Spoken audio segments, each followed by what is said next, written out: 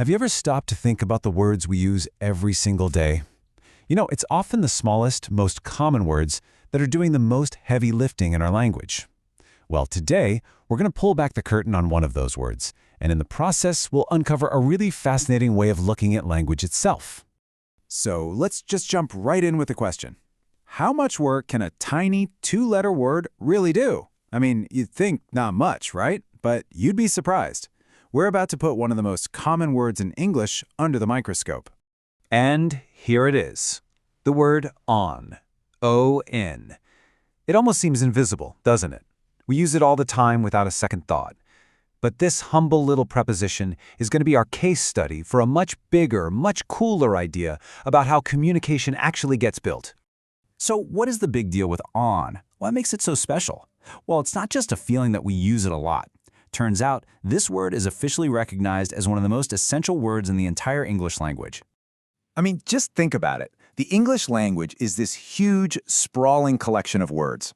How do you possibly boil that down to the absolute essentials? Well, linguists did just that. They created this super exclusive list called the Basic English 850. And getting on that list means a word is an absolute cornerstone of communication. And yeah, our little word on, it's in the club.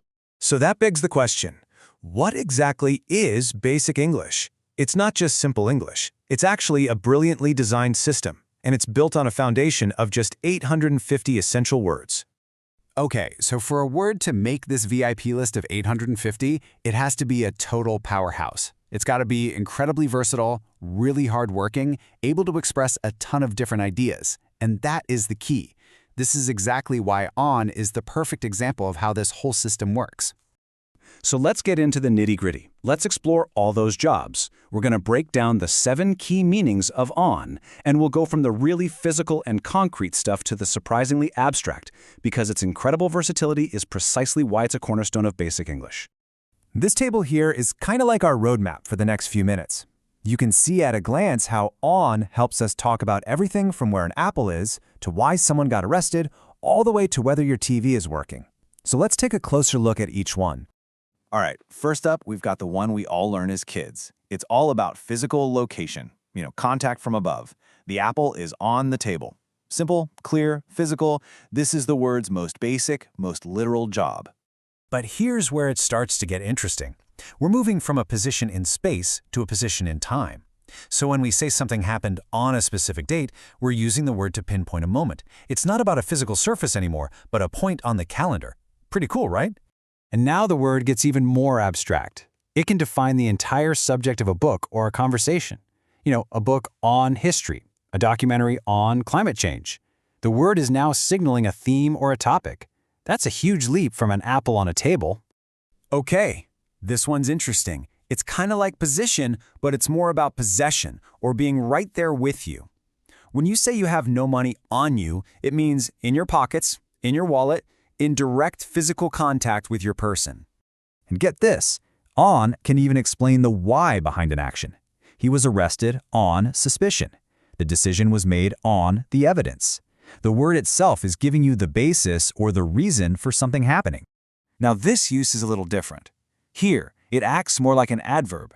To drive on or carry on just means to continue an action. It's all about movement and persistence through time.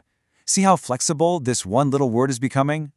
And that brings us to our final and maybe the most fundamental meaning in the modern world. But to really get it, we actually need to introduce its direct opposite, because this meaning, well, it works as part of a pair. We're talking about state, as in an operating state. When you turn something on, you are literally changing it from a non-working state to a working one. It's all about activation, about function. It's a binary switch that this tiny word controls. And here they are, side by side. On versus off, active versus inactive. This simple binary idea is absolutely fundamental. It's the language of our entire technological world, and it's all communicated by our humble 2-letter word. So wow, after seeing all 7 of those jobs, let's bring it all back to that main idea of Basic English. Why does this versatility matter so much? It matters because it proves that you don't need a massive vocabulary to express complex ideas.